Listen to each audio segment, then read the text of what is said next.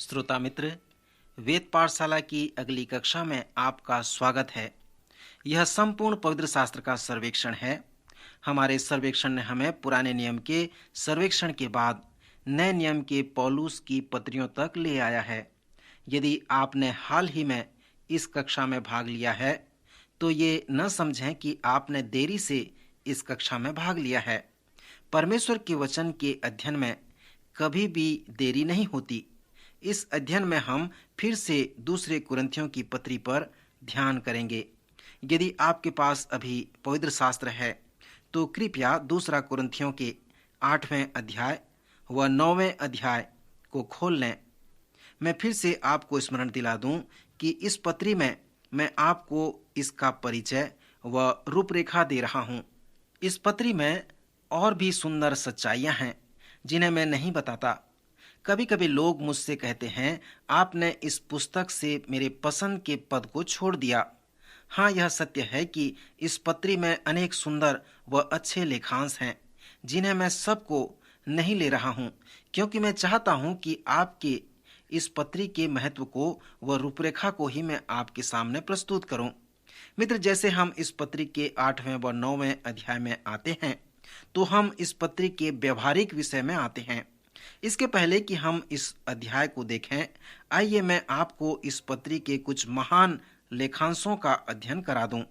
उदाहरण के लिए यहाँ पर एक सुंदर लेखांश है जिसमें पौलुस हमें व्यक्तिगत संबंध के आंतरिक बातों को बताता है। उसने कहा है, यदि मैं तुम्हें दुखी करूं तो मुझे कौन आनंदित करेगा? केवल वही जो मेरे द्वारा दुखी हुआ है। मैं सोचता हूँ यहाँ पर बहुत ही व्यवहारिक सत्य है। आप इसे अपने विवाह में लागू करें।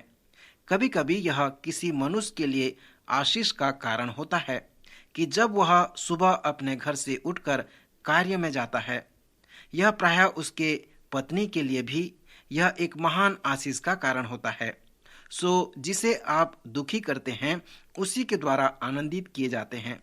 वो पुराना गीत में इस प्रकार आया है कि आप जिसे प्रेम करते हैं उसे आप हमेशा दुखी भी करते हैं।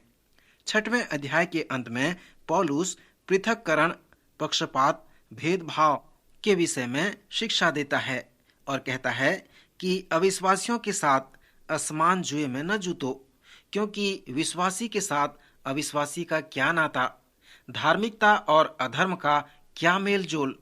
फिर वह पुराने नियम के वचन का भी प्रयोग यहाँ पर करता है और लिखता है, इसलिए प्रभु कहता है कि उनके बीच में से निकलो और अलग रहो और अशुद्ध वस्तु को मत छुओ, तो मैं तुम्हें ग्रहण करूंगा और तुम्हारा पिता होऊंगा और तुम मेरे बेटे और बेटियां होंगे।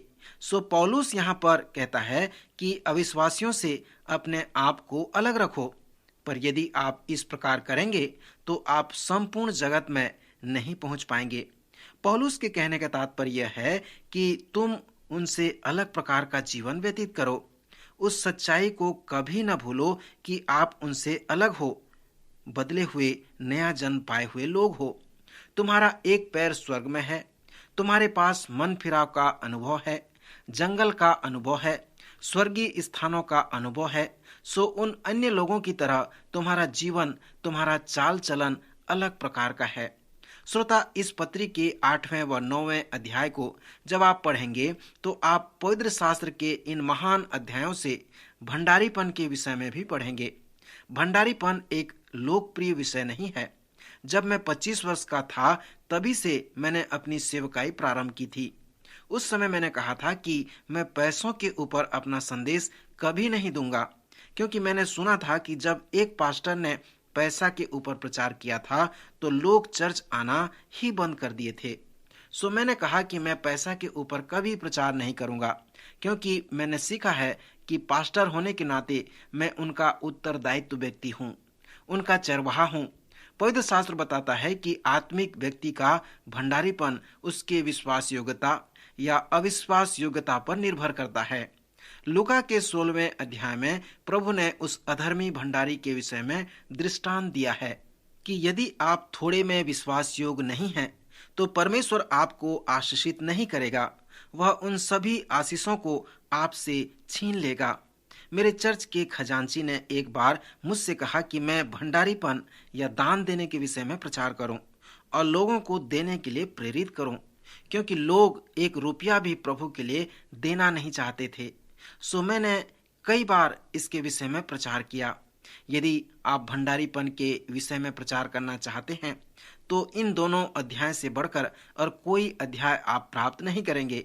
यहाँ पर पौलुस उन सेवकों के लिए चंदा एकत्रित करने को कह रहा है जो यरूशलेम में दुख उठा रहे हैं।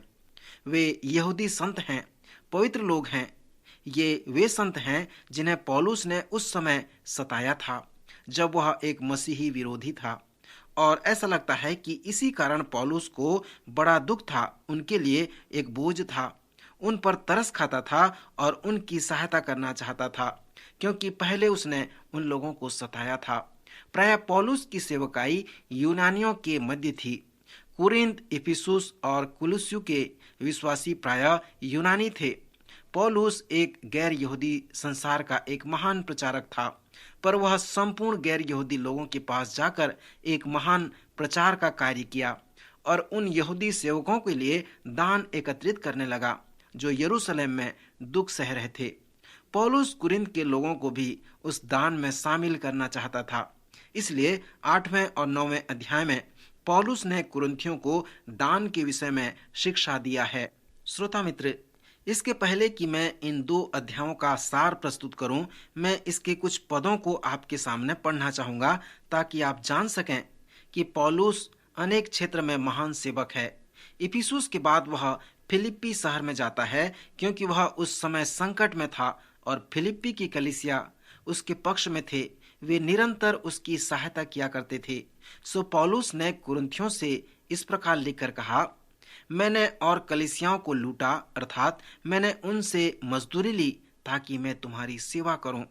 पौलुस नहीं चाहता था कि कोई भी उसकी सेवकाई को सहयोग करे, परंतु उसने कहा कि तुम ही वो आत्मिक लोग हो, तुम्हारा जीवन परिवर्तन हुआ है और तुम ये जो कर रहे हो वो परमेश्वर को प्रेम करने के लिए इसके कारण में कर रहे हो। पौलुस जो है तंबू बनाया करता था और उसके आय से वह अपने स्वयं का और अपनी सेवा के दल का, उनके सभी सदस्यों का वो सहयोग किया करता था। सो फिलिपियों से जो आत्मिक लोग थे उनसे पैसा लेने की अपेक्षा वह उन्हें अनुमति देता था कि वे सहयोग करें। जब पौलुस फिलिप्पी से कुरिन्थ को पत्र लिख रहा था तो उसने कुछ अच्छा कार्य किया। उसने उन्हें बताया कि फिलिप्पी के लोग किस प्रकार से उन्हें देते हैं, कैसे उनका स्वभाव है, कैसी उनकी भावनाएं हैं और देने का तरीका उनका किस प्रकार का है। इसलिए पौलुस 8वें व 9वें अध्याय में कहा है कि अब हे भाइयों, हम तुम्हें परमेश्वर के अनुग्रह का समाचार देते हैं जो मकिदुनिया की कलीसिया पर हुआ है कि क्लेश की बड़ी परीक्षाओं में उनके बड़े आनंद और भारी कंगालपन के बढ़ जाने से दान की उदारता बहुत बढ़ गई।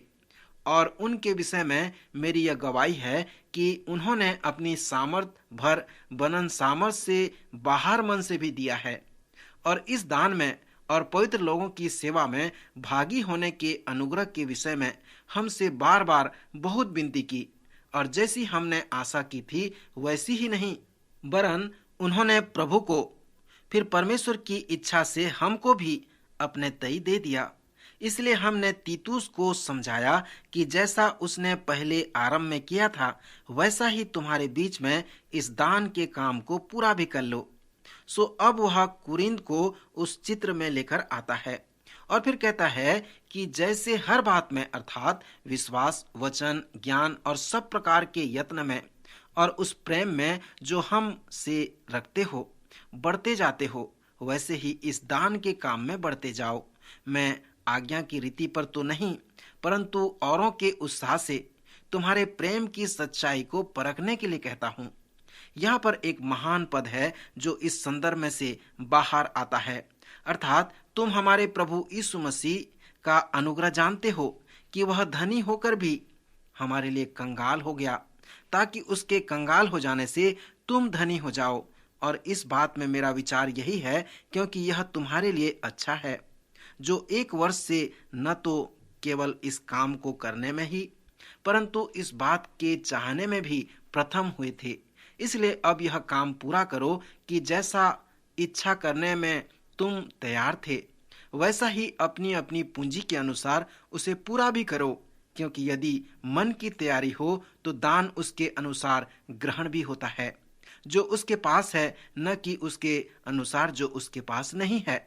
यह नहीं कि औरों को चैन और तुमको क्लेश मिले, परंतु बराबरी के विचार से इस समय तुम्हारी बढ़ती उनकी घटी में काम आए, ताकि उनकी बढ़ती भी तुम्हारी घटी में काम आए, कि बराबरी हो जाए। जैसा लिखा है कि जिसने बहुत बटोरा उसका कुछ अधिक न निकला, और जिसने थोड़ा बटोरा उसका कुछ कम न निकला। और परमेश्वर का धन्यवाद हो जिसने तुम्हारे लिए वही उत्साह तीतुस के हृदय में डाल दिया है, कि उसने हमारा समझना मान लिया, वरन बहुत उत्साही होकर वह अपनी इच्छा से तुम्हारे पास गया है। और हमने उसके साथ उस भाई को भेजा है जिसका नाम सुसमाचार के विषय में सब कलीसियाओं में फैला हुआ है। और इतना ही नहीं, परंतु वह कलीसिया से ठहराया भी गया कि इस दान के काम के लिए हमारे साथ जाए। और हम यह सेवा इसलिए करते हैं कि प्रभु की महिमा और हमारे मन की तैयारी प्रकट हो। हम इस बात में चौकस रहते हैं कि इस उदारता के काम के विषय में जिसकी सेवा हम करते हैं, कोई हम पर दोष न लगाने पाए, क्योंकि जो बातें केवल प्रभु ही के निकट ही हैं, परंतु मनुष्य के निकट भी भली हैं, हम उनकी चिंता किया करते हैं। अब उस सेवा के विषय में जो पवित्र लोगों के लिए की जाती है, मुझे तुमको लिखना अवश्य है, क्योंकि मैं तुम्हारे मन की तैयारी को जानता हूँ, जिसके कारण मैं तुम्हारे विषय में मकिदुनियों के सामने घमंड दिखाता हूँ। परंतु मैंने भाइयों को इसलिए भेजा है कि हमने तुम्हारे विषय में जो घमंड दिखाया वह इस बात में व्यर्थ न ठहरे, परंतु जैसा मैंने कहा वैसे ही तुम तैयार रहो। ऐसा न हो कि यदि कोई मकिदुनी मेरे साथ आए और तुम्हें तैयार न पाए, तो क्या जाने इस भरोसे के कारण हम लज्जित हों। इसलिए मैं भाइयों से विनती करना अवश्य समझता हूँ कि वे पहले से तुम्हारे पास जाएं और तुम्हारी उदारता का फल, जिसके विषय में पहले से वचन में दिया गया था, तैयार कर रखें, कि यह दबाव से नहीं परंतु उदारता से।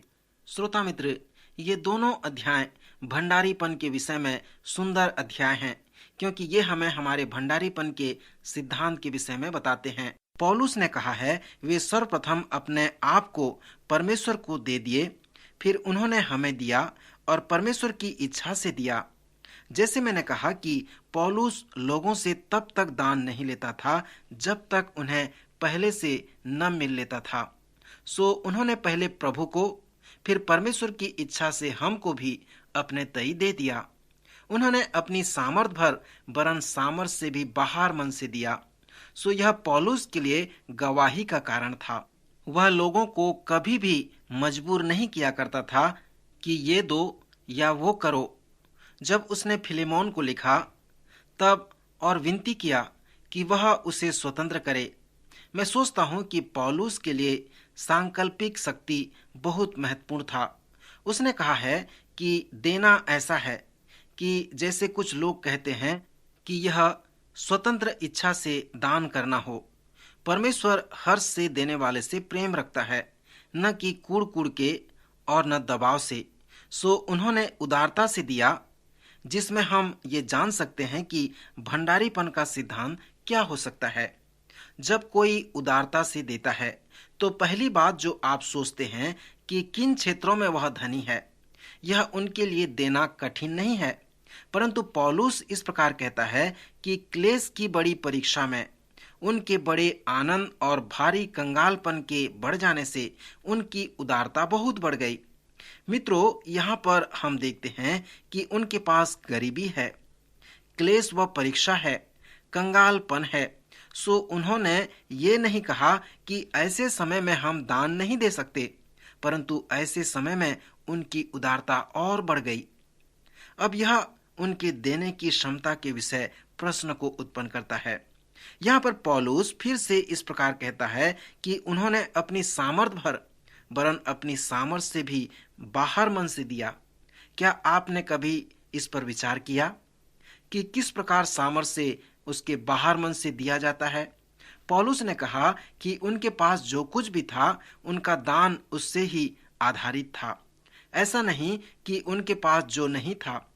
उनके समय जब हम देने के विषय में सोचते हैं तो हम सोचते हैं कि यदि मेरे पास लाखों रुपए होंगे तो मैं प्रभु को अधिक दान दूंगा।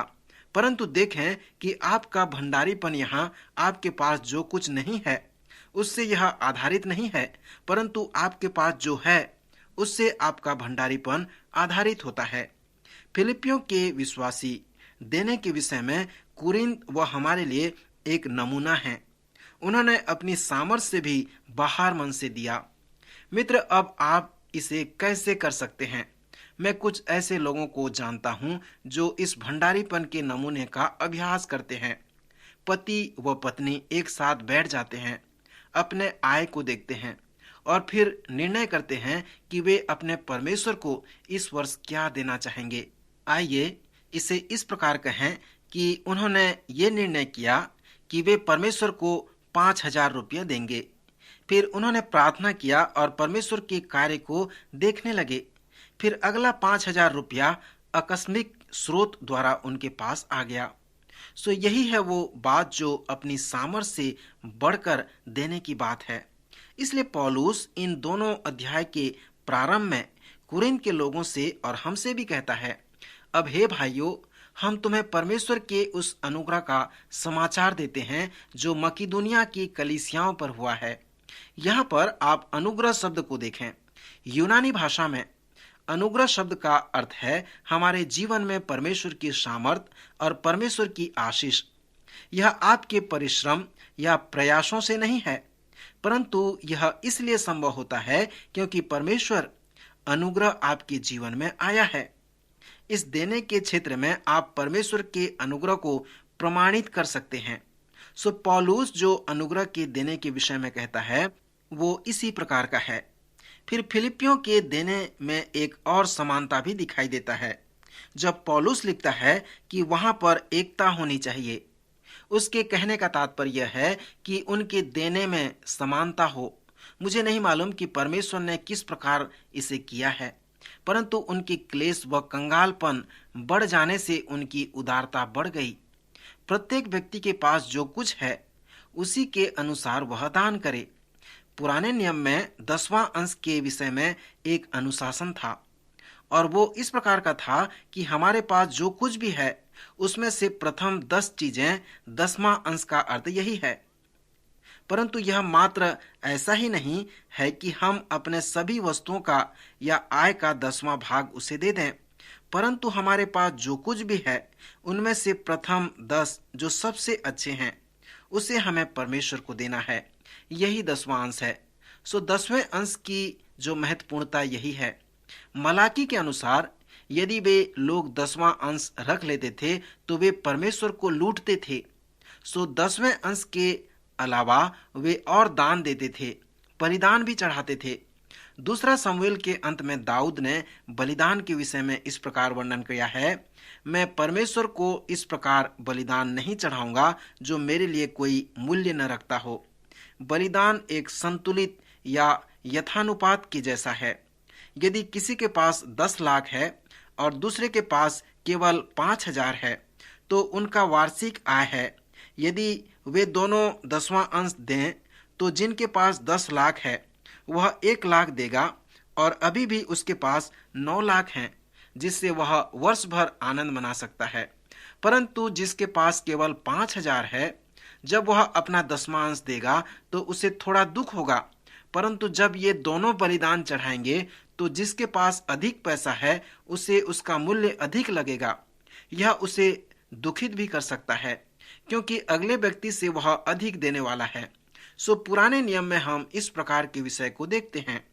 नए नियम में देने का जो विषय है वो कुछ इस प्रकार का है कि हमारे पास जो कुछ भी है वो सब परमेश्वर का है।